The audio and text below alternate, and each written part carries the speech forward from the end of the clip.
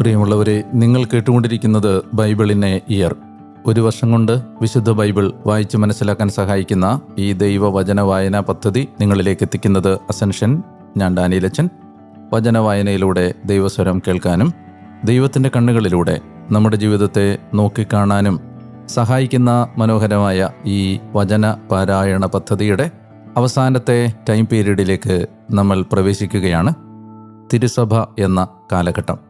അപ്പസ്തോല പ്രവർത്തനങ്ങൾ മുതൽ വെളിപാട് പുസ്തകം വരെയുള്ള ഗ്രന്ഥങ്ങൾ വായിക്കുന്നത് വഴി രക്ഷാകര ചരിത്രത്തിൻ്റെ പൂർത്തീകരണത്തിലേക്കും രക്ഷാകര ചരിത്രം ക്രിസ്തുവിലൂടെ പൂർത്തിയായതിൻ്റെ വിശദാംശങ്ങളെക്കുറിച്ചും നമ്മൾ വായിക്കാനായി പോകുന്നു. ഈ വചന വായന കാലഘട്ടത്തിന് ഒരുക്കമായി നമ്മൾ സാധാരണയായി ചെയ്യാറുണ്ടായിരുന്നത് പോലെ തന്നെ ഈ തിരുസഭ എന്ന ടൈം പീരീഡിന് ആമുഖമായി നടത്തപ്പെടുന്ന ചർച്ചയിലേക്ക് പ്രാർത്ഥനാപൂർവം നിങ്ങളെ ഒരിക്കൽ കൂടി ഞങ്ങൾ സ്വാഗതം ചെയ്യുന്നു. ഈ വായന പദ്ധതിയിലുടനീളം ചോദ്യങ്ങളും സംശയങ്ങളും അതുപോലെ തന്നെ കൂടുതൽ വ്യക്തത വരുത്തുന്ന വിശദീകരണങ്ങളും ചിന്തകളുമായി നമ്മോടൊപ്പം ഉണ്ടായിരുന്ന നമുക്ക് ഏറ്റവും പ്രിയപ്പെട്ട വിൽസനച്ചൻ ഈ ടൈം പീരീഡിലെ ചർച്ചയ്ക്കും നമ്മളോട് കൂടെ ഉണ്ട്. പ്രിയപ്പെട്ട അച്ഛ, ഏറ്റവും പ്രാർത്ഥനയോടെ സ്നേഹത്തോടെ അച്ഛൻ്റെ സമർപ്പണത്തിന് ഞങ്ങളെല്ലാവരുടെയും നന്ദി സ്നേഹവും അറിയിച്ചുകൊണ്ട് ഈ ചർച്ചയിലേക്ക് അച്ഛനെ സ്വാഗതം ചെയ്യുന്നു. പുതിയ വായന കാലഘട്ടം തുടങ്ങുകയാണ്. തിരുസഭ ദ ചേർച്ച് എന്ന വായന കാലഘട്ടത്തിലേക്ക് നിങ്ങളേവരെയും പ്രിയപ്പെട്ട വിൽസനച്ചനെയും ഞാൻ സ്വാഗതം ചെയ്യുന്നു. നമ്മുടെ അവസാനത്തെ സമയകാലഘട്ടത്തിൻ്റെ ദിവസങ്ങൾ അടുത്ത 44 ദിവസമാണ്. അടുത്ത 44 ദിവസം കൊണ്ട് നമ്മുടെ വചന വായന പദ്ധതി പൂർത്തിയാവുകയാണ്. ഈ വായനാ പദ്ധതിയിലെ അവസാനത്തെ കാലഘട്ടമായ തിരുസഭ എന്ന ഈ കാലഘട്ടത്തിലേക്ക് നമ്മൾ എത്തി നിൽക്കുമ്പോൾ നമ്മൾ വായിക്കാൻ പോകുന്നത് അപ്പസ്തോല പ്രവർത്തനങ്ങൾ മുതൽ വെളിപാട് പുസ്തകം വരെയുള്ള ബൈബിളിലെ നമുക്കിനി വായിച്ച് അവസാനിപ്പിക്കാനുള്ള ഗ്രന്ഥങ്ങളാണ്. പുതിയ നിയമത്തിൻ്റെ ഹൃദയം എന്ന് പറയാൻ കഴിയുന്ന ഒരു ഭാഗത്തേക്ക് നമ്മൾ കടക്കുകയാണ്. വളരെ എക്സൈറ്റിംഗ് ആയ, ഒരുപക്ഷെ അഡ്വഞ്ചറസ് ആയ, അതുപോലെ തന്നെ വളരെ ഗ്രേസ് ഫിൽഡായ വായനാ ദിനങ്ങളുടെ ഒടുവിൽ എത്തി നിൽക്കുന്ന ഈ സന്തോഷത്തിൻ്റെ സന്ദർഭത്തിൽ അച്ഛൻ്റെ വായന പ്രോസസ്സ് എവിടെ എത്തി നിൽക്കുന്നു, എങ്ങനെ അച്ഛൻ പുതിയൊരു കാലഘട്ടത്തിലേക്ക് പ്രവേശിക്കാൻ ഒരുങ്ങുന്നു? ഈ വലിയ ദൗത്യം പൂർത്തിയാകുന്നു എന്ന് പറയുന്നതിൽ സന്തോഷവുമുണ്ട്, സങ്കടവുമുണ്ട്. സന്തോഷം, ഇത് പൂർത്തിയാകുന്നതിൻ്റെ സന്തോഷമാണ്. സങ്കടം, എല്ലാ ദിവസവും ഇതൊരു വലിയൊരു സന്തോഷത്തിൻ്റെ അനുഭവമായിരുന്നു. വലിയൊരു ദൈവാനുഭവമായിരുന്നു. ഈ വചനം വായിക്കുന്നു, അത് വ്യാഖ്യാനിച്ച് കേൾക്കുന്നു. എല്ലാ ദിവസവും നമുക്ക് എന്തെങ്കിലും ചെയ്യാനുണ്ട് എന്നുള്ളൊരു തിരിച്ചറിവിലേക്ക് കൊണ്ടുവന്ന ഒരു യാത്രയായിരുന്നു ഇത്. അതുകൊണ്ട് സന്തോഷവും സങ്കടവും ഉണ്ട്, എങ്കിലും സന്തോഷമാണ് കൂടുതൽ. ഈ ഭൂമിയിൽ വെച്ച് ദൈവത്തിൻ്റെ വചനം നന്നായിട്ട് അറിയാനായിട്ട്, മനസ്സിലാക്കാനായിട്ട് ദൈവം നമുക്ക് ആയുസ്സും ആരോഗ്യവും ഒക്കെ തന്നല്ലോ. അതിനെ ഓർത്താണ് ദൈവത്തിന് നന്ദി പറയുന്നത്. നമ്മൾ പുതിയ കാലഘട്ടത്തിലേക്ക് പ്രവേശിക്കുന്നതിന് മുമ്പ് നമ്മൾ സുവിശേഷങ്ങൾ അച്ഛൻ നന്നായിട്ട് പഠിപ്പിച്ച് അവസാനിപ്പിച്ചു. അപ്പോൾ എല്ലാം നമ്മുടെ മനസ്സിൽ ഉയർന്നു വരുന്ന ഒരു ചോദ്യം, സുവിശേഷങ്ങൾ ഇത്രയും മതിയായിരുന്നു, കുറച്ചുകൂടൊക്കെ കർത്താവിനെക്കുറിച്ച് പറയാമായിരുന്നല്ലോ, എന്തിനാണ് ഈ കുറേ കാര്യങ്ങൾ വിട്ടുകളഞ്ഞത്? ഇപ്പോൾ ലൂക്കോസിൻ്റെ സുവിശേഷം പഠിപ്പിച്ചപ്പോൾ തന്നെ 12 വയസ്സ് മുതൽ 30 വയസ്സ് വരെ കർത്താവിനെ കാണാനില്ല. യഥാർത്ഥത്തിൽ കർത്താവിനെ ജെറുസലേമിൽ കാണാതെ പോയതിനേക്കാൾ വലിയൊരു അവസ്ഥയാണ് കർത്താവിനെ കുറേയേറെ വർഷങ്ങൾ കാണാതെ പോയത്. യഥാർത്ഥത്തിൽ കർത്താവിനെ കാണാതെ പോയതാണോ, അല്ലെങ്കിൽ അതുപോലെ സുവിശേഷത്തിൽ ഒത്തിരി കാര്യങ്ങൾ മനഃപൂർവ്വം വിട്ടുകളഞ്ഞതാണോ, അതോ അത് വേണ്ടാത്തതാണോ, അതോ അതില്ലാതെ തന്നെ സുവിശേഷങ്ങൾ പൂർണ്ണതയുള്ളതാണോ? അച്ഛൻ അതിനെക്കുറിച്ചൊന്ന് പറഞ്ഞാൽ നന്നായിരിക്കും എനിക്ക് തോന്നുന്നു. നമുക്ക് അവൈലബിൾ ആയിട്ടുള്ള വെളിപ്പെടുത്തലുകളെക്കുറിച്ച് നിയമാവർത്തന പുസ്തകത്തിലാണ് ഒരു വചനമുള്ളത്.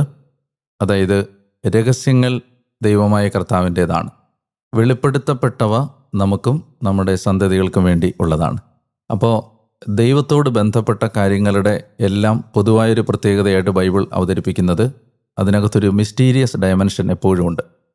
എത്ര അറിഞ്ഞാലും ഇനിയും അറിയാൻ ബാക്കി കിടക്കുന്ന ഒരു മരീചിക പോലെ, അല്ലെങ്കിൽ മരുപ്പച്ച പോലെ അകന്നകന്നു പോകുന്ന, അടുക്കുംതോറും വീണ്ടും നമ്മൾ ഒന്നും കണ്ടെത്തിയിട്ടില്ല എന്ന് തോന്നുന്ന വിധത്തിലുള്ള ഒരു മിസ്റ്റീരിയസ് ഡയമെൻഷൻ, ഒരു നിഗൂഢത എപ്പോഴും ദൈവിക രഹസ്യങ്ങളുമായിട്ട് ബന്ധപ്പെട്ട് ഉണ്ട്. അപ്പോൾ അതുകൊണ്ട് തന്നെ നമ്മൾ ഏതെല്ലാം വഴിക്ക് വചനം വായിക്കാനും പഠിക്കാനും ശ്രമിച്ചാലും എവിടെയൊക്കെയോ ഇനിയും അറിയാൻ ബാക്കി കിടക്കുന്നു എന്നുള്ള ഒരു ഭാവം ബൈബിൾ വായിക്കുന്ന എല്ലാവർക്കും ഉണ്ടാകാറുണ്ട്. പിന്നെ എനിക്ക് തോന്നിയിട്ടുള്ളൊരു കാര്യം, നമുക്ക് ഈ വെളിപ്പെടുത്തി കിട്ടിയവ തന്നെ വായിക്കാനും പഠിക്കാനും ഒരു ജന്മം പോരാ. പല ജന്മങ്ങളുണ്ടായിരുന്നെങ്കിൽ എന്ന് നമ്മൾ ആഗ്രഹിക്കുന്നത് ഇത്തരം സന്ദർഭങ്ങളിലാണ്. അപ്പോൾ നമുക്ക് നമ്മുടെ രക്ഷയ്ക്ക് ആവശ്യമായതെല്ലാം കൃത്യതയോടുകൂടി ദൈവം നമുക്ക് പരിശുദ്ധാത്മാവിനാൽ പ്രചോദിതരായ എഴുത്തുകാരിലൂടെ വെളിപ്പെടുത്തി തന്നു എന്ന് മനസ്സിലാക്കുകയാണ് അതിനെക്കുറിച്ച് പറയാനുള്ളത്. അതായത് നമുക്കൊരിക്കലും പൂർണ്ണമായി കണ്ടെത്തി കഴിഞ്ഞു എന്ന് അവകാശപ്പെടാൻ കഴിയാത്ത വിധം എന്തൊക്കെയോ ബാക്കി കിടക്കുന്ന ഒരു ഫീലിംഗാണ്. അത് നമ്മൾ ഏതൊരു നല്ല ഗ്രന്ഥം വായിക്കുമ്പോഴും അല്ലെങ്കിൽ നമ്മൾ ഏതൊരു നല്ല കല ആസ്വദിക്കുമ്പോഴും എവിടെയോ എന്തൊക്കെയോ പിന്നെയും നമുക്ക് മനസ്സിലാകാതെ കിടക്കുന്നു എന്ന് പറയുന്ന ഒരു ഭാവത്തിൻ്റെ ഏറ്റവും ഇൻറ്റൻസായൊരു ഭാവമാണ് എനിക്ക് തോന്നുന്നത് ബൈബിളിൽ നിന്ന്, ബൈബിൾ വായനയുടെ ഒടുവിൽ നമുക്ക് അവശേഷിക്കുന്നത്. നമ്മൾ അപ്പസ്തോല പ്രവർത്തനങ്ങളിലേക്ക് പ്രവേശിക്കുകയാണ്. യഥാർത്ഥത്തിൽ അപ്പസ്തോല പ്രവർത്തനങ്ങളാണ് പരിശുദ്ധ സഭയുടെ ആരംഭം എന്താണെന്ന് നമുക്ക് വ്യക്തമായ തെളിവ് തരുന്നത്. പ്രത്യേകിച്ച് പെന്തക്കോസ്തായെക്കുറിച്ചുള്ള വിവരണമൊക്കെ. യഥാർത്ഥത്തിൽ അപ്പസ്തോല പ്രവർത്തനങ്ങൾ പരിശുദ്ധ സഭയുടെ ആരംഭത്തിൻ്റെ ചരിത്രമാണോ? അതായത് നമ്മൾ സുവിശേഷങ്ങളെയും തിരുസഭയുടെ ഈ ആരംഭത്തെ അല്ലെങ്കിൽ തിരുസഭാ ജീവിതത്തെയും തമ്മിൽ കണക്റ്റ് ചെയ്യുന്ന ഒരു കണക്റ്റിംഗ് ലിങ്ക് നമ്മൾ മനസ്സിലാക്കിയാൽ ഈ വായന കുറെ കൂടി എളുപ്പമാവും.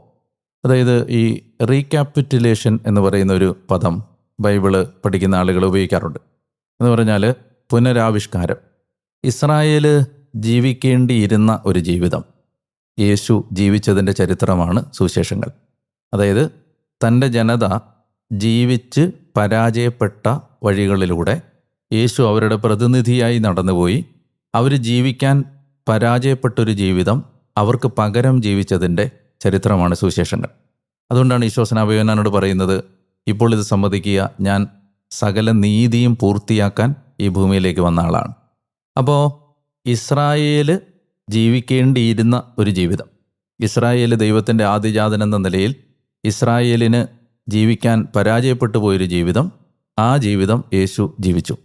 അപ്പോൾ എങ്ങനെയാണ് ഒരു ദൈവപുത്രൻ ഈ ഭൂമിയിൽ ജീവിക്കേണ്ടതെന്ന ജീവിതത്തിൻ്റെ ഒരു ചിത്രമാണ് സുവിശേഷങ്ങൾ അവതരിപ്പിക്കുന്നത്. ഇനി അപ്പസ്തോല പ്രവർത്തനത്തിലേക്ക് വരുമ്പോൾ സുവിശേഷങ്ങളിൽ യേശു ജീവിച്ചത് നമ്മൾ ജീവിക്കേണ്ടിയിരുന്നൊരു ജീവിതമാണെങ്കിൽ അപ്പസ്തോല പ്രവർത്തനങ്ങളിൽ സഭ ജീവിക്കുന്നത് യേശുവിൻ്റെ ജീവിതമാണ്. അപ്പോൾ നമുക്ക് പകരം യേശു ജീവിച്ചതിൻ്റെ ചരിത്രമാണ് സുവിശേഷങ്ങൾ. യേശുവിൻ്റെ ജീവിതം നമ്മൾ ജീവിക്കുന്നതിൻ്റെ ചരിത്രമാണ് സഭാജീവിതം. സഭ ജീവിക്കുന്നത് യേശു ജീവിച്ച ജീവിതമാണ്. ഇത് ഒത്തിരി തലങ്ങളിൽ നമുക്ക് മനസ്സിലാക്കാൻ പറ്റും. ലിറ്റർജി, യേശുവിൻ്റെ ജീവിതം സഭ പ്രാർത്ഥനയിൽ ജീവിക്കുന്നതാണ് ആരാധനക്രമം. യേശുവിൻ്റെ ജീവിതം സഭ തൻ്റെ ജീവിതത്തിൽ പകർത്തുന്നതാണ് ധാർമ്മിക ജീവിതം. യേശുവിൻ്റെ കാഴ്ചപ്പാട് സഭ തൻ്റെ കാഴ്ചപ്പാടൊക്കെ മാറ്റുന്നതാണ് ദൈവശാസ്ത്രം. അപ്പോൾ എന്തെല്ലാം യേശുവിൻ്റെ ജീവിതത്തിൽ നടന്നോ അതിന് പാരലായിട്ട് അപ്പസ്തോല പ്രവർത്തനത്തിൽ സഭാജീവിതത്തിൽ നടക്കുന്ന കാണാൻ പറ്റും. ഒന്ന് രണ്ട് ഉദാഹരണങ്ങൾ നമുക്ക് കാണാനായിട്ട് പറ്റും. ഇപ്പോൾ ലൂക്കായും അപ്പസ്തോല പ്രവർത്തനമാണല്ലോ, ഒരു സീക്വൽ പോലെ എഴുതപ്പെട്ടതായതുകൊണ്ട്. ഇപ്പോൾ ലൂക്ക 3 പരിശുദ്ധാത്മാവ് യേശുവിൻ്റെ മേൽ ഇറങ്ങി വരുന്നു. അപ്പസ്തോല പ്രവർത്തനം 2 പരിശുദ്ധാത്മാവ് സഭയുടെ മേൽ ഇറങ്ങി വരുന്നു. ഇനി ലൂക്ക 4 യേശു യഹൂദരോട് പ്രസംഗിക്കുന്നു. അതുപോലെ അപ്പസ്തോല പ്രവർത്തനം 2, അതുപോലെ അപ്പസ്തോല പ്രവർത്തനം 13 പത്രോസും പൗലോസും യഹൂദരോട് പ്രസംഗിക്കുന്നു. ഇനി ലൂക്ക 4 യേശുവിൻ്റെ മിനിസ്ട്രി തുടങ്ങുന്നത് ഒരു പ്രഭാഷണത്തോടു കൂടിയാണ്. അതുപോലെ അപ്പസ്തോല പ്രവർത്തനത്തിൽ സഭയുടെ മിനിസ്ട്രി തുടങ്ങുന്നത് പത്രോസിൻ്റെ പ്രസംഗത്തോടു കൂടിയാണ്. അതുപോലെ യേശു തൻ്റെ ശുശ്രൂഷ ആരംഭിക്കുമ്പോൾ ഒരു തളർവാദ രോഗിയെ സുഖപ്പെടുത്തിക്കൊണ്ട് ലൂക്ക 5 ആരംഭിക്കുന്നു. അപ്പസ്തോല പ്രവർത്തനത്തിൽ ആക്സ് 3 14 പത്രോസും പൗലോസും ഓരോ തളർവാദ രോഗിയെ സുഖപ്പെടുത്തുന്നതിൻ്റെ പാരലിൽ കാണാൻ പറ്റും. യേശുവിൻ്റെ അടുത്തേക്ക് രോഗികളെ കൊണ്ടുവരുന്നു ലൂക്ക 4. അപ്പസ്തോല പ്രവർത്തനം 5 അതുപോലെ 28 രോഗികൾ പത്രോസിലൂടെയും പൗലോസിലൂടെയും സുഖപ്പെടുന്നതിൻ്റെ വിവരണം. യേശു സൻഹദ്രീൻ സംഘത്തിൻ്റെ മുമ്പിൽ വിചാരണയ്ക്ക് നിൽക്കപ്പെടുന്നു ലൂക്ക 22. അപ്പസ്തോല പ്രവർത്തനം 22 പൗലോസ് സൻഹദ്രീൻ്റെ മുമ്പിൽ നിൽക്കുന്നു. ഇനി യേശു തന്നെ പീഡിപ്പിച്ചവർക്ക് വേണ്ടി പ്രാർത്ഥിക്കുന്നു ലൂക്ക 23. സ്തെഫാനോസ് തന്നെ പീഡിപ്പിച്ചവർക്ക് വേണ്ടി പ്രാർത്ഥിക്കുന്ന അപ്പസ്തോല പ്രവർത്തനം 7. ഇപ്പോൾ റാൻഡമായിട്ട് ഞാൻ കുറച്ച് കാര്യങ്ങൾ പറഞ്ഞാണ്. ഇങ്ങനെ നോക്കിയാൽ ക്രിസ്തു ജീവിച്ചൊരു ജീവിതം ജീവിക്കാൻ ശ്രമിച്ചതിൻ്റെ ചരിത്രമാണ് സഭയുടെ ചരിത്രം. അപ്പോൾ അപ്പസ്തോല പ്രവർത്തനത്തെ നമ്മൾ വായിക്കുമ്പോൾ നമ്മൾ അങ്ങനെ വായിച്ചാൽ നമുക്ക് ഇതുവരെ കാണാത്ത കുറേ ഷെയ്ഡുകൾ ആക്ച്വൽ കാണാൻ പറ്റും. അപ്പോൾ ഇന്നും നമ്മുടെ സഭാജീവിതം എന്താണെന്ന് നമുക്ക് കൺസീവ് ചെയ്യാൻ ഇത് നമ്മളെ സഹായിക്കും. അതായത് എന്താണ് സഭാജീവിതം? ക്രിസ്തുവിൽ നിന്ന് വേറിട്ടൊരു ജീവിതം ജീവിക്കുന്നതല്ല സഭയുടെ ജീവിതം. ക്രിസ്തു ജീവിച്ചൊരു ജീവിതം ജീവിക്കാൻ ശ്രമിക്കുന്ന ഒരു കൂട്ടം ആളുകളുടെ പേരാണ് സഭ, അല്ലെങ്കിൽ ഒരു സംവിധാനത്തിൻ്റെ പേരാണ് സഭ. അപ്പോൾ സഭയുടെ വ്യക്തിത്വം, ഐഡൻറ്റിറ്റി, അതിൻ്റെ ക്യാരക്ടർ എല്ലാം ഡിഫൈൻ ചെയ്യാൻ സഹായിക്കുന്ന ഒരു ചിന്തയാണ് ഈ ഗോസ്പലും ആക്സും തമ്മിലുള്ള ഈ ലിങ്ക്. ഞാൻ ഈ അപ്പസ്തോല പ്രവർത്തനങ്ങളിൽ കാണുന്ന ഒരു പ്രത്യേകത, യഥാർത്ഥത്തിൽ തൻ്റെ ശിഷ്യന്മാർക്ക് കർത്താവ് കൊടുത്തൊരു നിയോഗമാണ് ലോകത്തിൻ്റെ എല്ലാ ഭാഗങ്ങളിലും പോയി സുവിശേഷം പ്രസംഗിക്കാനായിട്ട്. അതിൻ്റെ 10-13 പ്രസംഗങ്ങളാണ് അപ്പസ്തോല പ്രവർത്തനങ്ങളിൽ പലര്, പത്രോസും പൗലോസും സ്തേഫാനോസും ഒക്കെ നടത്തുന്നത്. ഒരു സാധാരണ വിശ്വാസി അല്ലെങ്കിൽ ഒരു സാധാരണ വായനക്കാരൻ്റെ ചോദ്യം ഞാൻ ചോദിക്കുക, ഈ പ്രസംഗങ്ങളൊക്കെ എങ്ങനെയാണ് ഇത്രയും വിശദമായിട്ട് ഇതിനകത്ത് എഴുതാൻ സാധിക്കുന്നത്? ഈ പ്രസംഗം അതുപോലെ എങ്ങനെയാണ് രേഖപ്പെടുത്താൻ സാധിക്കുന്നത്? ഒരു മാനുഷികമായ തലത്തിൽ പറഞ്ഞാൽ 2 തലത്തിൽ സമീപിക്കുക അതിനെ. ഒന്ന്, ഒരു ഹ്യൂമൻലി സ്പീക്കിംഗ്, കുറേയൊക്കെ നമ്മുടേതിനേക്കാൾ മെച്ചപ്പെട്ട ഓർമ്മയുണ്ടായിരുന്നൊരു കാലമാണ് ഈ പഴയ കാലം.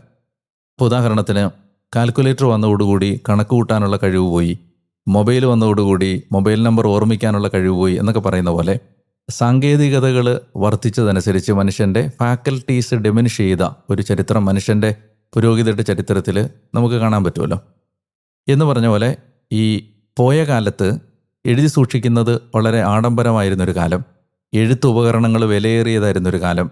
അപ്പോൾ ആ കാലത്ത് മനുഷ്യൻ വരും കാലങ്ങൾക്ക് വേണ്ടി ഈ കാലഘട്ടത്തിലെ നിധി നിക്ഷേപങ്ങളെ സൂക്ഷിച്ചു വെച്ചത് പേപ്പറുകളിലല്ല, മനസ്സിലാണ്.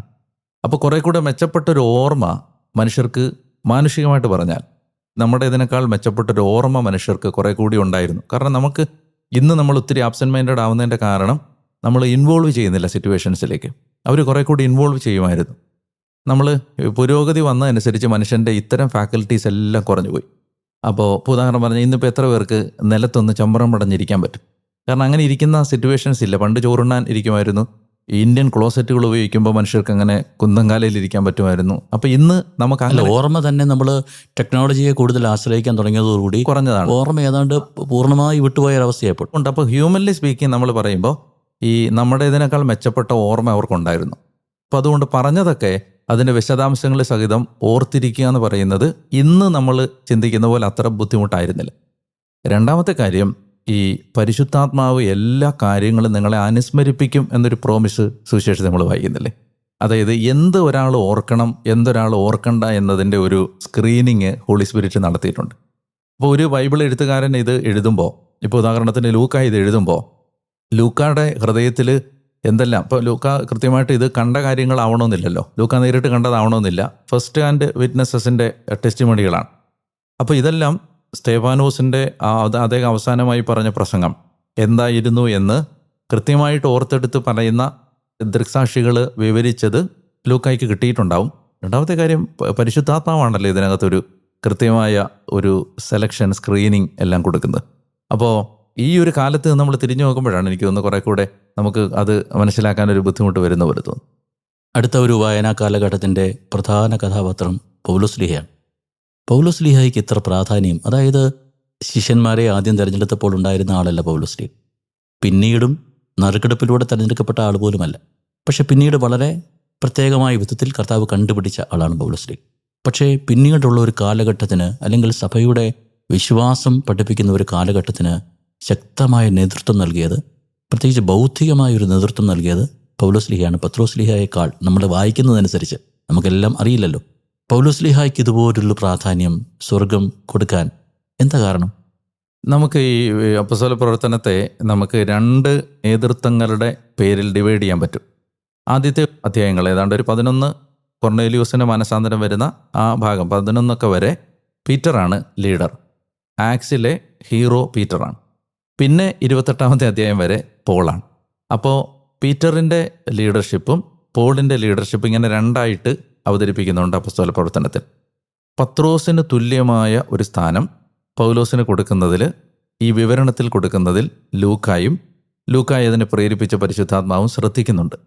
ഈ ടെക്സ്റ്റ് തരുന്ന ഒരു ഇൻഫർമേഷൻ അനുസരിച്ച് മറ്റപ്പസ്തോലന്മാരിൽ ആർക്കും കൊടുക്കാത്ത ഒരു പ്രാധാന്യം സെയിൻറ്റ് പോളിന് കൊടുക്കുന്ന പോലെ തോന്നുന്നുണ്ട്. ചിലരിങ്ങനെ പറയാറുണ്ട്, അതായത് 12 അപ്പസ്തോലന്മാർ യൂദാസ് വിട്ടുപോയ സ്ഥാനത്ത് ഈശോ കരുതി വെച്ചിരുന്നത് പോളിനെയാണ്. പക്ഷേ പരിശുദ്ധാത്മാവിന് വരുന്നതിന് മുമ്പ് അപ്പസ്തോലന്മാരെടുത്ത ഒരു ഹേസ്റ്റി ഡിസിഷനാണ് മത്തിയാസിൻ്റെ എലക്ഷൻ എന്ന രീതിയിലുള്ള വ്യാഖ്യാനങ്ങൾ കണ്ടിട്ടുണ്ട്. പക്ഷേ അതിന് പുറകിൽ പോലും പരിശുദ്ധാത്മാവിൻ്റെ ഒരു നയിക്കലുണ്ടെന്ന് നമുക്ക് വേണേൽ മറുവശത്ത് ചിന്തിക്കുകയും ചെയ്യാം. പക്ഷേ ഈ 12ൻ്റെ ഭാഗമാണോ അല്ലെ 13 ആ കണക്കുകളൊക്കെ കാര്യമായിട്ട് എടുക്കാതിരിക്കുമ്പോഴും ഒരു കാര്യം നമുക്ക് വ്യക്തതയോടെ പറയാൻ പറ്റും. അതായത് ഈ സുവിശേഷത്തിൻ്റെ ബാറ്റൺ വരുംകാല തലമുറയ്ക്ക് കൈമാറാൻ ദൈവം വെച്ച ഒരു പ്രധാനപ്പെട്ട ബ്രിഡ്ജ് അപ്പസ്തോലന്മാരിൽ ആരെക്കാളധികം പൗലോസായിരുന്നു. എന്തുകൊണ്ടാണ് അത് കർത്താവ് അങ്ങനെ തിരഞ്ഞെടുത്തത് എന്ന് ചോദിച്ചാൽ, ഇപ്പം ഞാൻ പഴയ നിയമത്തിൽ നമ്മൾ നോക്കുമ്പോൾ, പഴയ നിയമത്തിൽ രാജാക്കന്മാരുടെ ചരിത്രം തുടങ്ങുമ്പോൾ ആദ്യത്തെ രാജാവ് സാവൂളാണ്. ആ സാവൂള് ബെഞ്ചമിൻ ഗോത്രജനായിരുന്നു. ഈ പുതിയ നിയമത്തിലെ സാവൂളും ബെഞ്ചമിൻ ഗോത്രജനാണ്. ആ ബെഞ്ചമിൻ ഗോത്രജനെയാണ് ദൈവം തിരഞ്ഞെടുക്കുക എന്ന് പറഞ്ഞാൽ ഒരു കൃത്യമായ കരുതലോടുകൂടിയ തിരഞ്ഞെടുപ്പ് പൗലോസിൻ്റെ കാര്യത്തിൽ ദൈവം വച്ചിട്ടുണ്ടായിരുന്നു. ഞാനിങ്ങനെ ചിന്തിച്ചിട്ടുണ്ട്. അതായത് യഥാർത്ഥത്തിൽ പൗലോസിനെ പോലെ യഹൂദ മതത്തിൽ വളരെ ഗ്രാഹ്യമുണ്ടായിരുന്ന ഒരാൾ പ്രസംഗിക്കേണ്ടിയിരുന്നത് യഹൂദരോടല്ലേ, മാനുഷികമായിട്ട് ചിന്തിച്ചാൽ? പക്ഷേ പൗലോസിനെ വിടുന്നത് വിജാതിയരുടെ.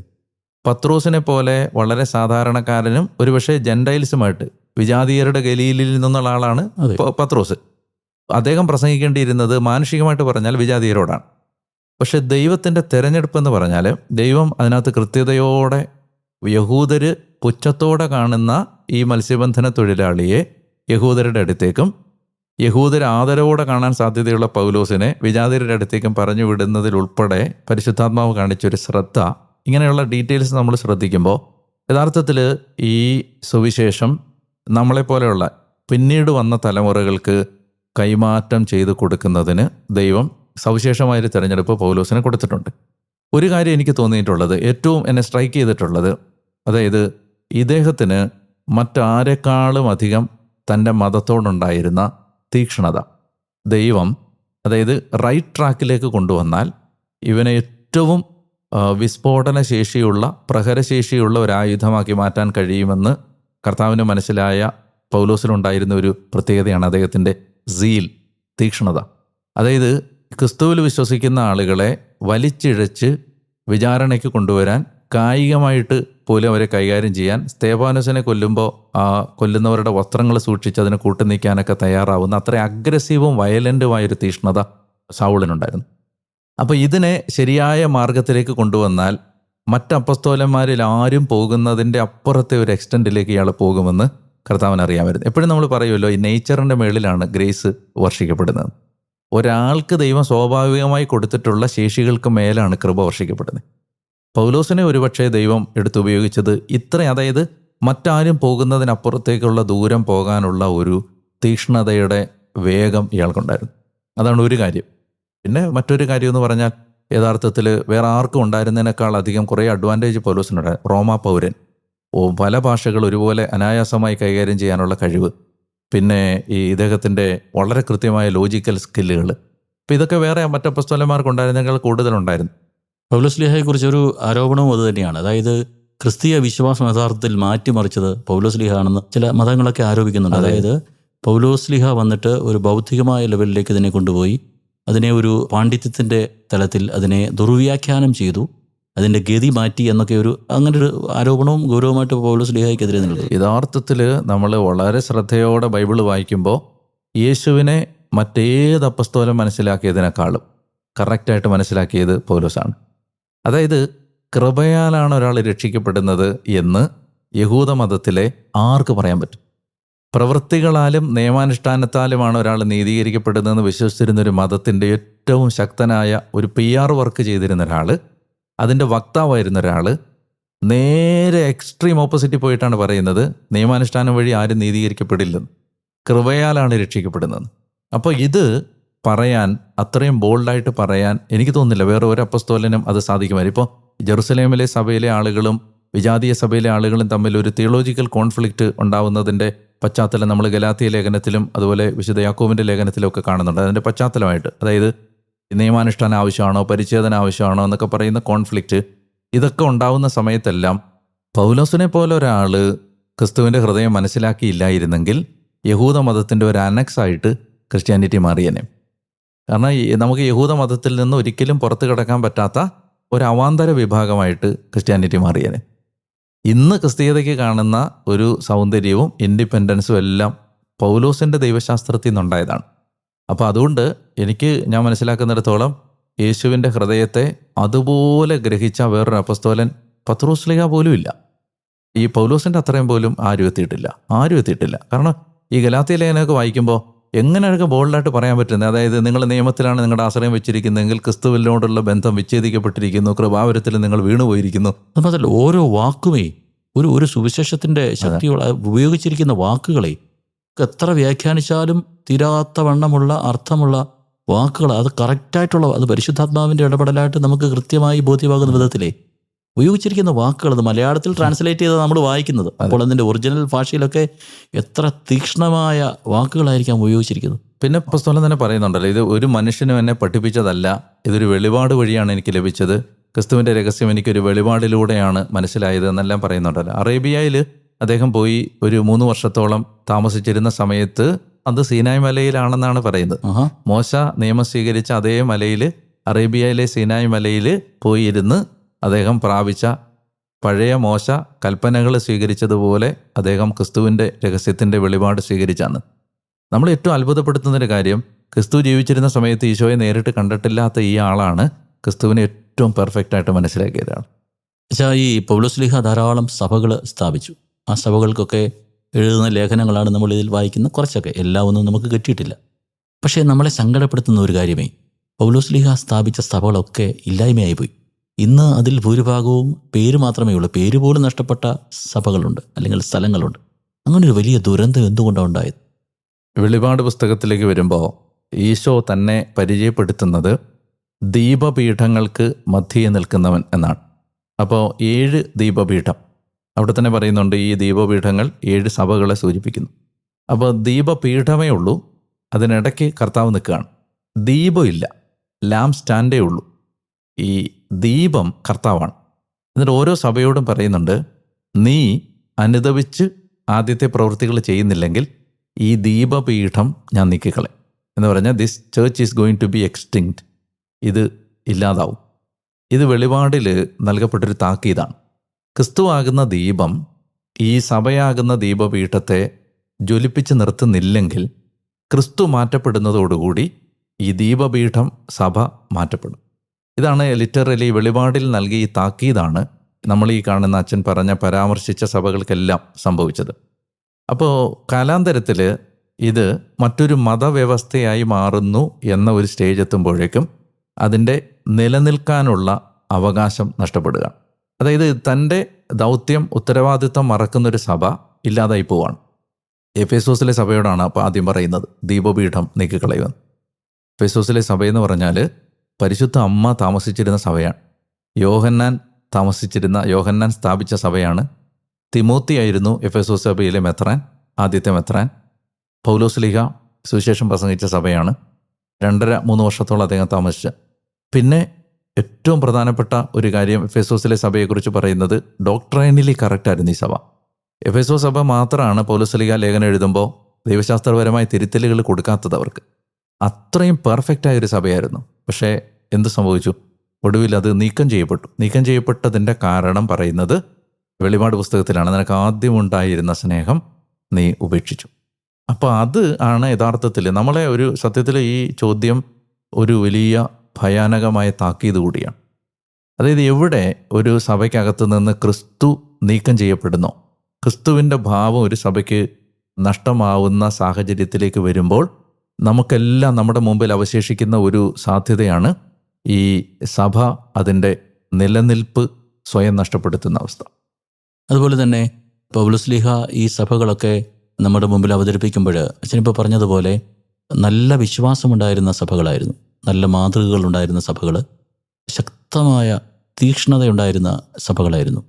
ഇത് യഥാർത്ഥത്തിൽ നമുക്കൊരു സൂചനയാണോ? അച്ഛൻ ഈ പറഞ്ഞതുപോലെ നമ്മുടെ ശക്തമായ അവസ്ഥയിലാണെന്ന് ചിന്തിക്കുന്നവരാ പലപ്പോഴും പല നമ്മുടെ സഭയെക്കുറിച്ചോ അല്ലെങ്കിൽ കൂട്ടായ്മകളെക്കുറിച്ചൊക്കെ.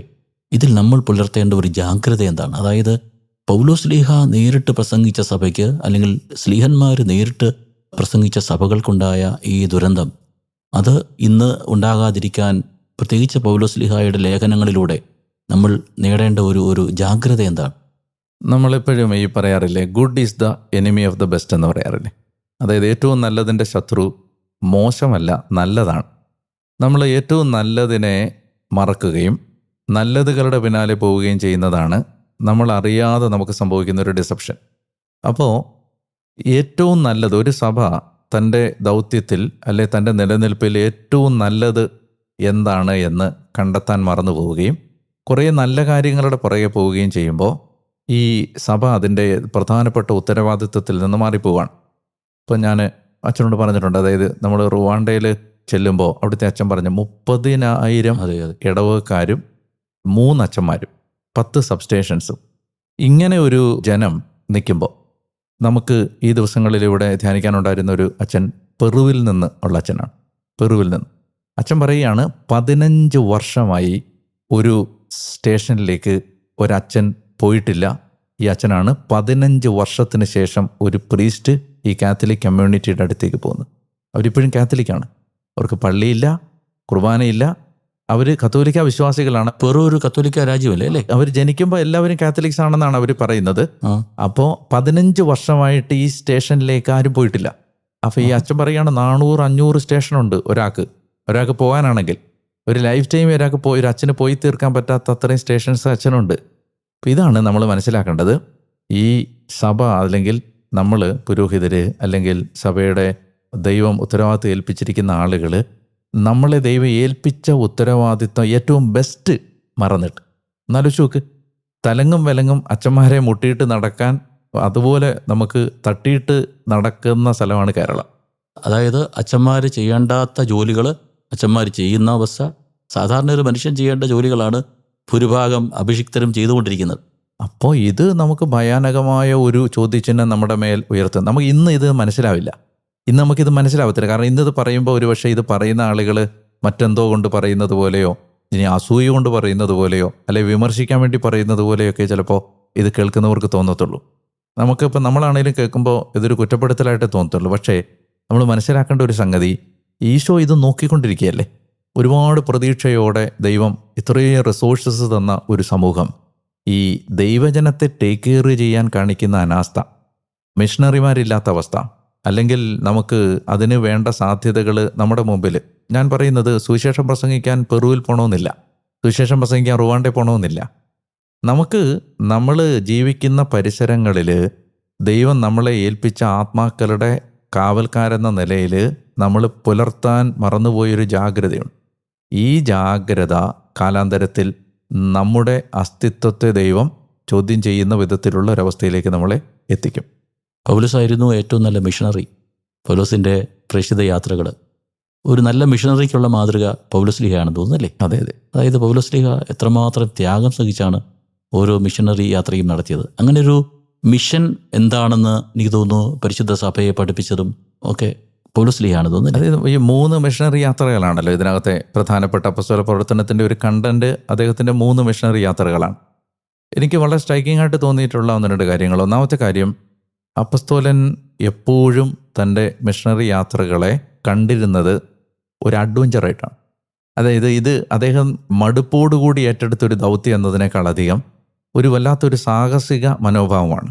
ഒരു അഡ്വഞ്ചർ സ്പിരിറ്റുള്ള ഒരാൾ നടത്തുന്ന പരാമർശങ്ങളാണ് പൗലോസ് അപ്പസ്തോലൻ്റെ വായിൽ നിന്ന് പലപ്പോഴും വരുന്നത്. ഞങ്ങൾ അങ്ങനെ പോയി കപ്പലപകടത്തിൽപ്പെട്ടു, അവിടെ ചെന്നു അടികൊണ്ടു എന്നൊക്കെ പറയുമ്പോൾ അതൊരു പരാതിയുടെ ധ്വനിയല്ല അതിനകത്ത് വരുന്നത്.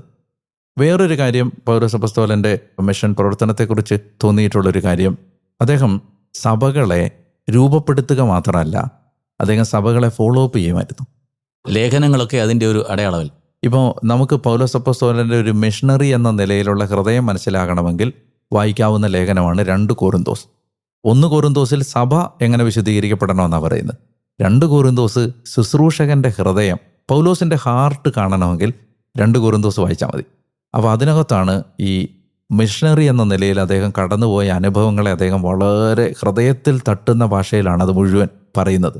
അതിനകത്ത് ബ്യൂട്ടിഫുള്ളാണ് അദ്ദേഹം പറയുന്നത്. നമ്മൾ ശരിക്കും ഒത്തിരി നമ്മുടെ മനസ്സിനെ വല്ലാതെ ഒലച്ചു കളയുന്ന പരാമർശങ്ങൾ അതിനകത്തുണ്ട്. അതായത് ഞങ്ങൾ മരണത്തോളം അടുത്ത സഹനങ്ങളിലൂടെ ഞങ്ങൾ കടന്നുപോയി, മരിച്ചു പോയേക്കുമെന്ന് പോലും ഞങ്ങൾ ഈ ഭയപ്പെട്ടു. സ്വർഗം കണ്ടു എന്നൊക്കെ പറയുന്നതേ അത് യഥാർത്ഥത്തിൽ മരിച്ചു കണ്ട അവസ്ഥയാണ്. അത് ഈ ത്രോവാസിൽ വെച്ചിട്ട് അദ്ദേഹത്തെ കല്ലെറിഞ്ഞല്ലോ. ആ കല്ലെറിഞ്ഞ സമയത്ത് അദ്ദേഹം മരിച്ചു എന്ന് കണ്ട് അവര് ഉപേക്ഷിച്ചു പോയി. ആ സമയത്താണെന്നാണ് പറയുന്നത്.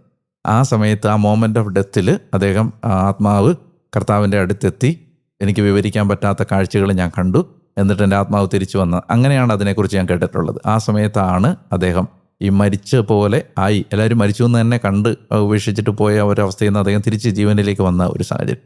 അതുപോലെ തിമോത്തിയോടും തീത്തോസിനോടും ഒക്കെ പറയുന്ന നിർദ്ദേശങ്ങളും ഒക്കെ ഈ ഒരു മിഷണറിയുടെ ഏറ്റവും പ്രധാനപ്പെട്ട തന്നെ വല്ലാതെ സ്പർശിച്ചിട്ടുള്ളൊരു ഭാഗമാണ് അപ്പോസ്തല പ്രവർത്തനത്തിൽ എഫേസോസിലെ സഭയിൽ നിന്ന് യാത്ര പറഞ്ഞ് മടങ്ങുന്നൊരു ഭാഗമുണ്ട്.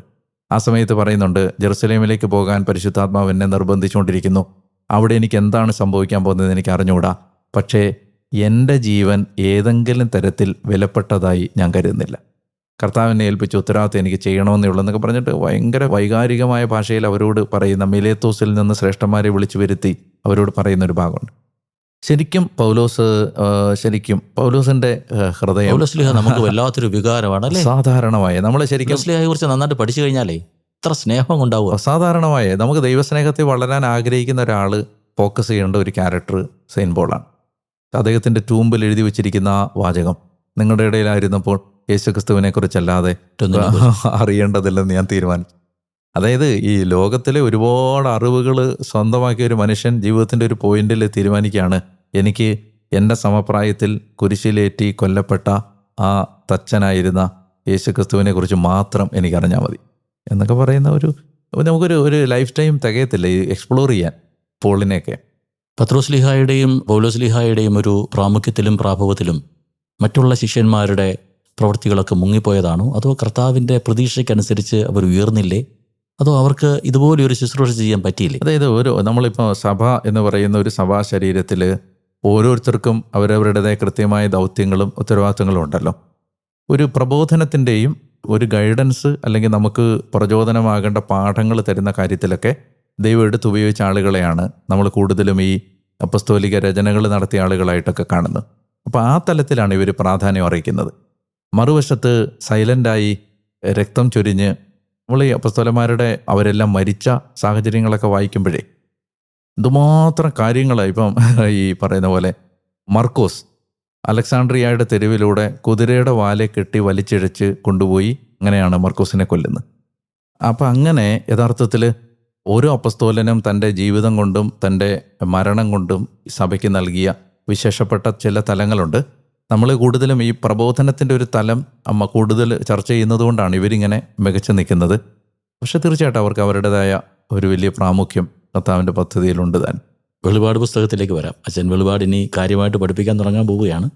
എങ്കിലും ഒരു സാധാരണ സംശയം, വെളിപാട് പുസ്തകത്തിലുള്ള ദർശനങ്ങൾ പ്രവചനങ്ങളൊക്കെ സംഭവിച്ചതാണോ സംഭവിക്കാനിരിക്കുന്നതാണോ? ഒരു 4 തരത്തിലുള്ള സമീപനമാണ് വെളിപാട് പുസ്തകം. അത് ഞാൻ ഇത് പഠിപ്പിക്കുമ്പോൾ അത് ഡീറ്റെയിൽ ആയിട്ട് പറയും. അതായത് ചിലർ വെളിപാടിനെ വിശദീകരിക്കുന്നത് ഓൾറെഡി എല്ലാം നടന്നതായിട്ടാണ്, അതൊരു വ്യൂ ആണ്. ചിലർ ഫ്യൂച്ചറിസ്റ്റിക് ഇൻ്റർപ്രിട്ടേഷനാണ്, അത് ഭാവിയിൽ നടക്കാൻ പോകുന്നതായിട്ടാണ്. ചിലർ പറയുന്നത് ഐഡിയലാണ്, ഇത് ആശയങ്ങളാണ്, അല്ലാതെ സംഭവിക്കാൻ പോകുന്ന കാര്യങ്ങളല്ല, നന്മയും തിന്മയും തമ്മിലുള്ള അന്തിമ പോരാട്ടത്തിൻ്റെ ഒരു സിംബോളിക് വെർഷൻ. ഇങ്ങനെ പല രീതിയിൽ കാണുന്നുണ്ട്. നമ്മൾ സഭ, പ്രത്യേകിച്ച് കത്തോലിക്ക സഭ അക്സെപ്റ്റ് ചെയ്യുന്ന ഒരു ദൈവശാസ്ത്രപരമായി സ്വീകരിക്കുന്നൊരു സമീപനം, ഇതെല്ലാം ചേരുന്നതാണ്, ഈ 4 വ്യൂകളും ചേരുന്നതാണ് വെളിപാട് പുസ്തകത്തിൻ്റെ വ്യാഖ്യാനത്തിന് നമ്മൾ എടുക്കേണ്ട സമീപനം. ചില കാര്യങ്ങൾ നടന്നതുണ്ട്, ചിലത് ഇനി വരാൻ പോകുന്ന കാര്യങ്ങളുണ്ട്, ചിലത് നമുക്ക് പാഠങ്ങളാവാൻ എഴുതപ്പെട്ട കാര്യങ്ങളുണ്ട്, ചിലത് ആശയങ്ങളാണ്. ഈ രീതിയിൽ ആണ് നമ്മളതിനെ എടുക്കുന്ന ഒരു സമീപനം. അപ്പോൾ തീർച്ചയായിട്ടും വരാൻ പോകുന്ന കാര്യങ്ങൾ അതിനകത്തുണ്ട്. ഈ തിരുവചന യാത്ര പൂർത്തിയാകുന്നു എന്ന് പറയുമ്പോൾ ഞാൻ ആദ്യമേ പറഞ്ഞതുപോലെ സന്തോഷവുമുണ്ട്, സങ്കടമുണ്ട്. സങ്കടം എന്താണെന്നറിഞ്ഞാൽ എല്ലാ ദിവസവും അച്ഛൻ അടുത്ത് വന്ന് നിന്ന് സംസാരിക്കുന്ന ഒരു അനുഭവം ഉണ്ടായിരുന്നു. അതായത് ഞാൻ ഡാനിയേൽ അച്ഛൻ എന്ന് പറഞ്ഞു വരുമ്പോൾ നമുക്ക് വേണ്ടി അച്ഛൻ വന്ന് സംസാരിക്കുകയും നമ്മളെ പഠിപ്പിക്കുകയും നമ്മളെ ഉപദേശിക്കുകയും നമുക്ക് വേണ്ടി പ്രാർത്ഥിക്കുകയും ചെയ്യുന്ന ഒരു അനുഭവം ഉണ്ടായിരുന്നു. അതിനി ഓരോ ദിവസവും അതുപോലെ കിട്ടത്തില്ലല്ലോ, ഇതിനി വീണ്ടും കേട്ടാൽ അത് കിട്ടും, പക്ഷേ ഒരു പുതുമയിൽ അത് കിട്ടുന്നത് വലിയൊരു അനുഭവമായിരുന്നു. യഥാർത്ഥത്തിൽ ദൈവം ഒരുക്കിയ ഏറ്റവും വലിയ ഒരു നന്മയുടെ അനുഗ്രഹത്തിൻ്റെ ഒരു അടയാളമായിരുന്നു ഈ വചനവായന യാത്ര. അതാണ് നമ്മുടെ സങ്കടം. പക്ഷെ സന്തോഷം, ഞാൻ ആദ്യമേ പറഞ്ഞതുപോലെ എന്തെല്ലാം കാര്യങ്ങളാണ് പുതുതായിട്ട് കർത്താവ് പഠിപ്പിച്ചു തന്നത് അച്ഛനിലൂടെ. പല കാര്യങ്ങളും ഈ ഭൂമിയിൽ വെച്ച് തിരിച്ചറിയാനാകാതെ പോകുന്ന ഒരു ദുരവസ്ഥ ഒഴിവാക്കി തന്നല്ലോ. ഇനിയും അച്ഛൻ ഇതേപോലെ ഓരോ ദിവസവും കടന്നു വരാനുള്ളൊരു സാഹചര്യം ഒരുക്കണം എന്നുകൂടി എല്ലാവർക്കും വേണ്ടി ഞാൻ അച്ഛനോട് അഭ്യർത്ഥിക്കുകയാണ്, അപേക്ഷിക്കുകയാണ്. അച്ഛൻ്റെ ഈ ശുശ്രൂഷയിൽ ഞങ്ങളെല്ലാം അച്ഛന് വേണ്ടി ശക്തമായിട്ട് പ്രാർത്ഥിക്കുന്നു. അച്ഛനൊരു പക്ഷേ ശ്രദ്ധിക്കുന്നുണ്ടാകും, ഈ ഓരോ ദിവസവും വരുന്ന കമൻസ് അവരെത്ര തീക്ഷ്ണമായിട്ടാണ് ഈ ഒരു ശുശ്രൂഷയെ സ്വീകരിക്കുന്നത്. ഇതിനെ വെറും ഒരു സാധാരണ ഒരു കാര്യസാധ്യത്തിന് വേണ്ടിയല്ല, അവർ കൊതിച്ചിരുന്ന ഒരു വലിയ ഭാഗ്യമായിട്ട് അതിലൂടെ അവർ ദൈവത്തെ മഹത്വപ്പെടുത്തുന്നതാണ് പലപ്പോഴും കാണുന്നത്. അച്ഛനിലൂടെ സ്വർഗം തന്ന ഈ വലിയ ഭാഗ്യത്തിന് ദൈവത്തെ മഹത്വപ്പെടുത്തുന്നു എന്നാണ് എല്ലാവരും പറയുന്നത്. അങ്ങനെ അച്ഛനിലൂടെ വലിയ ഭാഗ്യങ്ങൾ ഞങ്ങൾക്കുണ്ടാകട്ടെ എന്ന് പ്രാർത്ഥിക്കും. അതായത് തികച്ചും വൈകാരികമായ ഒരു അനുഭവമാണ് ഇത് അവസാനിപ്പിക്കുക എന്ന് പറയുന്നത്. അതായത് ഞാൻ ഓർക്കാറുണ്ട്, ജീവിതത്തിൽ ദൈവം നമുക്ക് തരുന്ന അനുഗ്രഹങ്ങളിലും ഭാഗ്യങ്ങളിലും ഏറ്റവും പ്രധാനപ്പെട്ട ഒരു ഭാഗ്യമാണ് നമ്മളൊരിക്കലും ആഗ്രഹിക്കാത്തതോ, അല്ലെങ്കിൽ ആഗ്രഹിക്കാത്തതെന്ന് ഞാൻ പറഞ്ഞാൽ ചിലപ്പോൾ നമ്മൾ ഒരിക്കലും വിദൂരമായ സ്വപ്നങ്ങളിൽ പോലും ഉണ്ടാകാനിടയില്ലാത്ത ചില കാര്യങ്ങൾ ദൈവം നമ്മളെ കൊണ്ട് ചെയ്യിക്കുക എന്ന് പറയുന്നതാണ് ഒരുപക്ഷെ നമ്മളെ പലപ്പോഴും കരഞ്ഞു പോകുന്നൊരവസ്ഥയിലേക്ക് എത്തിക്കുന്നത്. നമ്മൾ നോർമലി നമ്മുടെ പ്ലാനിങ്ങിൽ എപ്പോഴും ഞാൻ എൻ്റെ ഉള്ളിൽ ആഗ്രഹിച്ചിരുന്നു ബൈബിള് പഠിപ്പിക്കണം. പക്ഷേ ആ ബൈബിൾ പഠിപ്പിക്കാൻ എൻ്റെ മനസ്സിൽ ഇന്നും ഉണ്ടായിരുന്ന ഒരു ആശങ്കയാണ്, ഇത് എത്ര വർഷം എടുക്കും, എന്ന് തീരും ഇതൊക്കെ. പക്ഷേ ഒരു വർഷം കൊണ്ട് മൊത്തത്തിൽ ബൈബിളിനെ കുറച്ചെങ്കിലും വ്യക്തതയോടുകൂടി നമുക്ക് മനസ്സിലാക്കാനും മറ്റുള്ളവർക്ക് പറഞ്ഞു കൊടുക്കാനും പറ്റുന്നൊരു പദ്ധതി നമുക്ക് ഒന്ന് ഇതിങ്ങനെ ലോകത്ത് ഈ അസെൻഷൻ്റെ ഇങ്ങനെ ഒരു പ്രോഗ്രാം അവൈലബിൾ ആണെന്ന് തന്നെ എനിക്ക് അറിഞ്ഞുകൂടായിരുന്നു. ഞാൻ പിന്നീട് അതിനെക്കുറിച്ച് അറിഞ്ഞത്. പക്ഷെ അറിഞ്ഞപ്പോൾ പോലും അത് നമുക്ക് മലയാളികൾക്ക് കൊടുക്കത്തക്ക രീതിയിൽ ഒരു സാധ്യത തുറന്നു വരുമോ എന്നൊക്കെ. പക്ഷേ അപ്പോഴാണ് ദൈവം ഒരു കൂട്ടം വളരെ സമർപ്പണമുള്ള മനുഷ്യരെ അതിനുവേണ്ടി ഒരുക്കുകയും അവർ ആ ഒരു ദൗത്യം ദൈവത്തിൽ നിന്ന് സ്വീകരിക്കുകയും എന്നോട് അതിനോട് സഹകരിക്കാൻ സാധിക്കുമോ എന്ന് ചോദിക്കുകയും ഒക്കെ ചെയ്യുന്നത്. ഞാൻ ഓർക്കുന്നുണ്ട്, ഞാൻ ഇംഗ്ലണ്ടിൽ ആയിരുന്ന സമയത്താണ് എന്നോട് ഇത് അവർ ചോദിക്കുന്നത്. ഒരു മീറ്റിങ്ങിൽ ഞങ്ങൾ ഒരുമിച്ച് കൂടി സംസാരിച്ച് ഞാനിതിനെക്കുറിച്ച് സംസാരിക്കുന്നു. അപ്പോൾ അന്ന് ആദ്യം ഇത് സംസാരിക്കുന്ന സമയത്ത് നമ്മൾ ചിന്തിച്ചിട്ടുണ്ട്, ഇതെങ്ങനെ നടക്കും. പ്രത്യേകിച്ച് നമുക്ക് അച്ഛനറിയാലോ, ഇപ്പോൾ വേറെ ആർക്കും അറിയത്തില്ലെങ്കിൽ അച്ഛനറിയാലോ, നമ്മൾ എന്ത് തിരക്കിട്ട ഒരു യാത്രയും ഓട്ടവും അല്ലെ ശുശ്രൂഷകളുമാണ് നടന്നത്. അപ്പോൾ ഇതിനിടയ്ക്ക് ഇതുപോലൊരു കമ്മിറ്റ്മെൻറ്റ്, പിന്നെ അച്ഛന് എന്നെ വർഷങ്ങളായിട്ട് അറിയാവുന്നതുകൊണ്ട് കമ്മിറ്റ്മെൻ്റ് എടുക്കുന്ന കാര്യത്തിൽ ഭയങ്കര ഉഴപ്പനുമാണ് ഞാൻ. അതായത് ഒരു കുറച്ചൊക്കെ ദിവസങ്ങൾ ഞാൻ ചെയ്യും, അത് കഴിഞ്ഞിട്ട് അതിൽ നിന്ന് ഞാൻ മുങ്ങുന്ന ആളാണ്. എനിക്ക് എൻ്റെ നേച്ചർ. അപ്പോൾ അതനുസരിച്ച് ഒരു വർഷം കൃത്യതയോടെ മുടങ്ങാതൊരു കാര്യം ചെയ്യാൻ പറ്റുമോ പറഞ്ഞാൽ എൻ്റെ ക്യാരക്ടറിൽ തന്നെ ഒരു പക്ഷേ എൻ്റെ DNA മാറ്റം വരുത്തിയൊരു കാര്യമാണ്. ഞാനത് അങ്ങനെ അത്രയും കൃത്യതയോടുകൂടിയൊന്നും ഒരു കാര്യം ഫോളോ ചെയ്യാൻ പറ്റും എന്ന് വിചാരിച്ചിരുന്ന ഒരാളുമല്ല. പക്ഷേ ഈ ഒരു പ്രഷർ, അതായത് നാളെ ഈ എപ്പിസോഡ് പോകേണ്ടതാണ്, അല്ലെങ്കിൽ നാളെ ഇത് ആളുകൾക്ക് ചെന്നില്ലെങ്കിൽ ഈ ആളുകൾ നമ്മളെ വന്ന് ആക്രമിക്കാൻ സാധ്യതയുണ്ട് എന്നുള്ള ഒരു പ്രഷർ നമ്മുടെ മേൽ വന്നത് ഞാൻ ഓർക്കുകയാണ്. അങ്ങനെ ഒരു പ്രഷർ എൻ്റെ മേൽ ഇട്ടില്ലായിരുന്നെങ്കിൽ ഇത് നടക്കില്ലായിരുന്നു. ഇത് നമ്മൾ തുടങ്ങുകയും ചെയ്തു, ഇനി നമുക്കൊന്നും ചെയ്യാനും പറ്റില്ല എന്ന് പറയും. പണ്ടൊരു വികാരിച്ചൻ പറയുമായിരുന്നു, ആന എറിഞ്ഞിട്ട് വാഴച്ചോട്ടി പോയി ഒളിച്ചിരിക്കാൻ പറ്റത്തില്ലല്ലോ എന്ന് പറയുന്നത്. ഈ ആന എറിഞ്ഞും പോയി ഇനി ഒന്നും ചെയ്യാനും വയ്യാന്നൊരവസ്ഥയിൽ എത്തിപ്പെട്ടപ്പോൾ. പക്ഷേ ഞാൻ ഓർക്കുകയാണ്, ദൈവം എന്ത് ഒരു ബലം എടുത്തിട്ടാണ് നമ്മളെ കൊണ്ട് ഓരോന്ന് ചെയ്യിക്കുന്നത്. അല്ലെങ്കിൽ നോർമലി ഈ ഒരു പ്രഷർ ഉണ്ടായിരുന്നില്ലെങ്കിൽ ഇതിങ്ങനെ നടക്കുമെന്ന് എനിക്ക് തോന്നുന്നേ ഇല്ല. അപ്പോൾ ആ പ്രഷർ ദൈവത്തിൻ്റെ കൃപയാണ്. നമ്മളെടുത്തൊരു തീരുമാനം, അല്ലെ ഞാൻ കൊടുത്തൊരു സമർപ്പണം എന്നതിനേക്കാൾ എന്നെക്കൊണ്ട് ബലം പ്രയോഗിച്ച് ചെയ്യിച്ചൊരു കാര്യമാണിത്. ഈ ഒരു സമയത്ത് നമ്മൾ അതിൻ്റെ പിന്നിൽ പ്രവർത്തിച്ച ആ ടീമിനെ ഒത്തിരി കാരണം അവരെടുത്ത ഒരു എഫർട്ട് പദ്ധതിയാണ്. കാരണം എന്നെപ്പോലെ ഒരാളെ കൊണ്ട് ഇത് കൃത്യതയോടെ മുടങ്ങാതെ ചെയ്യിക്കാൻ അവരെടുത്ത ഒരു പ്രഷർ അച്ഛൻ ചെയ്തതുകൊണ്ടാണ് അത് അതുപോലെ ഒരു സ്വീകാര്യത അതിന് കിട്ടിയത്. കാരണം അച്ഛനെ കേൾക്കാൻ കാത്തിരിക്കുന്നവർ ഇതിന് തയ്യാറായി മുന്നോട്ട് വരാൻ ഒരു പരിധി വരെ തയ്യാറല്ല. ഞാൻ പറയുന്ന അവര് അതായത് ഓരോ സമയത്തും ഓരോ എപ്പിസോഡ് കൃത്യമായിട്ട് പോകേണ്ടതിന് നമ്മൾ ഈ പല യാത്രക്കിടയിൽ പല രാജ്യത്ത് ഇരിക്കുമ്പോൾ അത് കൃത്യമായിട്ട് ഇത് റെക്കോർഡ് ചെയ്ത് എത്തിക്കാൻ അവർ നമ്മളെ കൊണ്ടത് ചെയ്യിക്കുന്നതിനെടുത്ത ഒരു സ്ട്രെയിൻ നിസ്സാരമല്ല. പിന്നെ ഇത് എൻ്റെ ജോലി ഇത് റെക്കോർഡ് ചെയ്യുന്നതോടുകൂടി കഴിയുകയാണ്. എനിക്ക് തോന്നുന്നു അത് തന്നെയും വലിയൊരു ദൈവ പദ്ധതിയാണ്. അച്ഛൻ ഓരോ സമയത്തും പറയത്തില്ല, ഞാൻ ഇന്ന് ഇംഗ്ലണ്ടിൽ ഇരുന്നുകൊണ്ടാണ് ഇത് റെക്കോർഡ് ചെയ്യുന്നത്. ഇപ്പോൾ ഓരോ ദേശത്തും പോരുന്ന, ലോകത്തിന്റെ പല ഭാഗങ്ങളിൽ പോരുന്നതുകൊണ്ടാണ് അച്ഛൻ വചനം സംസാരിച്ചതും വചനം വായിച്ചതുമൊക്കെ. ഞാൻ അതായത് അത് ഒരിക്കലും പറയണമെന്ന് ആഗ്രഹിച്ചിരുന്നല്ല. എന്നോട് ഈ ടീമാണ് അവർ എന്നോട് സജസ്റ്റ് ചെയ്തത്, അച്ഛൻ എവിടെ നിന്നാണ് ഇത് റെക്കോർഡ് ചെയ്യുന്നതെന്ന് പറഞ്ഞാൽ നല്ലതായിരിക്കും. അത് ആളുകൾക്ക് ഒരുപക്ഷെ ഇത് ഈ യാത്രയ്ക്ക് നമ്മൾ കൊടുക്കുന്ന ഒരു പെയിൻ എന്താണെന്ന് മനസ്സിലാവാൻ അവരെ സഹായിക്കും. ഞാൻ ആദ്യകാലങ്ങളിലൊന്നും പറയില്ലായിരുന്നു. ഇതിൻ്റെ പിന്നിൽ പ്രവർത്തിക്കുന്ന ടീമാണ് പറഞ്ഞത്, അച്ഛൻ അതുകൂടെ പറയണം. പിന്നെ അത് ഒരു പരിധിവരെ ഈ പറഞ്ഞ പോലെ ഒത്തിരി സ്ഥലങ്ങൾക്ക് വേണ്ടി പ്രാർത്ഥിക്കാനും ഒക്കെ സഹായിച്ചിട്ടുണ്ട്. ഞാൻ ചുരുക്കി പറഞ്ഞാൽ നമ്മുടെ ഈ ചർച്ച അവസാനിക്കുന്നതിന് മുമ്പ് നമുക്ക് അച്ഛൻ പറഞ്ഞ പോലെ ഈ യാത്ര തുടരേണ്ടതുണ്ട്. ഈ ബൈബിളിനെ ഇയർ എന്ന ഈ 365 ദിവസം കൊണ്ട് അവസാനിക്കേണ്ട ഒരു കാര്യമല്ല. എനിക്ക് തോന്നുന്നു ഇപ്പം നമ്മൾ തന്നെ ഈ ആമുഖ ചർച്ചകൾ നടത്തിയപ്പോൾ നമുക്ക് അതുകൂടി ഒന്ന് പറഞ്ഞേ പറ്റത്തുള്ളൂ. അതായത് ഇത് കേൾക്കുന്നവരോട് ഈ ആമുഖ ചർച്ച എന്ന് പറയുന്നത് പ്രിപ്പയർഡ് ക്വസ്റ്റ്യൻസോ ആൻസേഴ്സോ അല്ല. അതെ, വളരെ ആകസ്മികമായി ഞാൻ ചോദിക്കുന്ന ചോദ്യങ്ങളും ഡാനിയൽ അച്ഛൻ പരിശുദ്ധാത്മാവിൽ നിറഞ്ഞ് അതിന് പറഞ്ഞ ഉത്തരങ്ങളുമാണിത്. ഒരു കാര്യം പോലും ഒരു പേപ്പറിൽ നോക്കിയല്ല അച്ഛൻ പറയുന്നത്. എല്ലാം പരിശുദ്ധാത്മാവിൻ്റെ പ്രേരണയിൽ അന്നേരം തന്നെ പഠിപ്പിക്കുന്ന കാര്യങ്ങളാണിത്. അതൊരു എന്നെ അത്ഭുതമാണത്. ഞാൻ പറഞ്ഞു വരുന്നത്, നമുക്ക് ഇത് ശരിക്കും ഈ അച്ഛൻ ഇതിനെ സമീപിച്ചപ്പോൾ അല്ലെ, നമുക്ക് ഇതിന് തീർച്ചയായിട്ടും ഇതിൻ്റെ ഒരു എങ്ങനെ ഈ ചർച്ചകൾ മുന്നോട്ട് കൊണ്ടുപോകണമെന്നതിനെ കുറിച്ച് ഞങ്ങൾക്കെല്ലാം ഈ ടീമിന് അത് വലിയൊരു അവ്യക്തത ഉണ്ടായിരുന്നു. ഞങ്ങൾ ആദ്യമൊക്കെ വലിയ പണ്ഡിതന്മാരെ കൊണ്ടുവന്ന് ചർച്ച ചെയ്യാമെന്നൊക്കെയാണ് ഓർത്തിരുന്നത്. പിന്നെ അത് ചിലപ്പോൾ ഈ ട്രാക്ക് മാറിപ്പോകാൻ സാധ്യതയുണ്ടോ എന്ന് തോന്നിയതുകൊണ്ടാണ് നമ്മളത് വേണ്ടാന്ന് വെച്ചത്. കാരണം ഒരുപക്ഷെ നമ്മുടെ ഒരു വളരെ പരിമിതമായ ഒരു അജപാലനപരമായ വ്യാഖ്യാനം നമ്മൾ നടത്തിക്കൊണ്ടിരിക്കുമ്പോൾ ചിലപ്പോൾ കുറേ കൂടി ഇതിനെ ഗൗരവമായിട്ട് പഠിച്ചിട്ടുള്ള ആളുകൾക്ക് വേറെ കുറച്ചുകൂടെ ആഴത്തിലുള്ള കാര്യങ്ങൾ പറയുമ്പോൾ നമ്മുടെ വായനക്കാർക്ക് അത് മനസ്സിലാകാതെ വരുമോ എന്നൊക്കെ ഓർത്തിട്ടാണ് നമ്മൾ ഒരു സാധാരണ തലത്തിലേക്ക് ചർച്ച കൊണ്ടുപോകാൻ ആഗ്രഹിച്ചത്. പക്ഷേ അച്ഛൻ വന്നതോടുകൂടി നമുക്ക് ഉണ്ടായ ഒരു വലിയ വ്യത്യാസം, ഇത് ഞാൻ ഒരിക്കലും എൻ്റെ മനസ്സിൽ ചിന്തിക്കാത്ത തലങ്ങൾ അച്ഛൻ ചൂണ്ടിക്കാണിക്കാൻ, അല്ലെങ്കിൽ ചോദ്യങ്ങൾ ചോദിക്കുമ്പോൾ ചിലത് ഞാൻ ദൈവമേ ഇതിന് ഞാൻ എന്നാ മറുപടി പറഞ്ഞെന്ന് ചിന്തിക്കും. ഒരിക്കൽ പോലും അച്ഛൻ ഒരു ചോദ്യത്തിനും കൃത്യമായ ഉത്തരം പറയാതിരുന്നിട്ടില്ല. അത് ഞാൻ പറഞ്ഞ ആ സ്പോട്ടിൽ ദൈവം സഹായിച്ചതുകൊണ്ട് സംഭവിച്ചതാണ്. അപ്പോൾ യഥാർത്ഥത്തിൽ ഞാൻ ഇപ്പം അച്ഛനോടാണെങ്കിലും എനിക്ക് പറയാനുള്ളത്, നമുക്ക് വായനക്കാർക്ക് വേണ്ടി ഉള്ള ഒരു ഇൻഫർമേഷൻ കൂടിയാണത്. നമ്മുടെ ഈ ചർച്ചകൾ ബൈബിളിനെ ഇയറോടുകൂടി അവസാനിക്കുന്നില്ല. ബൈബിളിനെ ഇയർ നമുക്ക് തന്ന ഒരു മൊമെൻറ്റം നമ്മൾ കാത്തു സൂക്ഷിക്കും. നമ്മൾ ഇനിയും വചനവുമായിട്ട് ബന്ധപ്പെട്ടിട്ടുള്ള കാര്യങ്ങൾ വീണ്ടും പഠിക്കാനും ചർച്ച ചെയ്യാനും ദൈവം നമുക്ക് അനുവദിച്ചു തരുന്ന പ്ലാറ്റ്ഫോമുകളിലൂടെയെല്ലാം വീണ്ടും അത് തുടരും. അതുകൊണ്ട് നിങ്ങൾ ഈ വചനവായന പദ്ധതിയിൽ പങ്കെടുത്ത എല്ലാ ആളുകളും ഈ യാത്രയിൽ ഞങ്ങളോട് ഒപ്പം മരണം വരെയും ഉണ്ടാകണം. നമുക്ക് വചനം പഠിച്ചും വചനം മനസ്സിലാക്കിയും വചനം പങ്കുവച്ചും ദൈവത്തെ സ്നേഹിക്കാനുള്ള പരിശ്രമത്തിൽ വീണ്ടും തുടരാം. നിങ്ങളുടെ അടുത്ത 44 ദിവസങ്ങൾ നിങ്ങൾ വായിച്ചു വന്ന വചനവായന പദ്ധതിയുടെ പൂർത്തീകരണത്തിന് മനോഹരമായ ഒരു കാണിക്കയായി ഇത് സമർപ്പിക്കുന്നതിന് ദൈവം നിങ്ങളെ സഹായിക്കട്ടെ എന്ന് ഞങ്ങൾ ഒരുമിച്ച് പ്രാർത്ഥിക്കുന്നു. സർവശക്തനായ ദൈവം നിങ്ങളെ അനുഗ്രഹിക്കട്ടെ. പിതാവിൻ്റെയും പുത്രൻ്റെയും പരിശുദ്ധാത്മാവിൻ്റെയും നാമത്തിൽ ആമേൻ.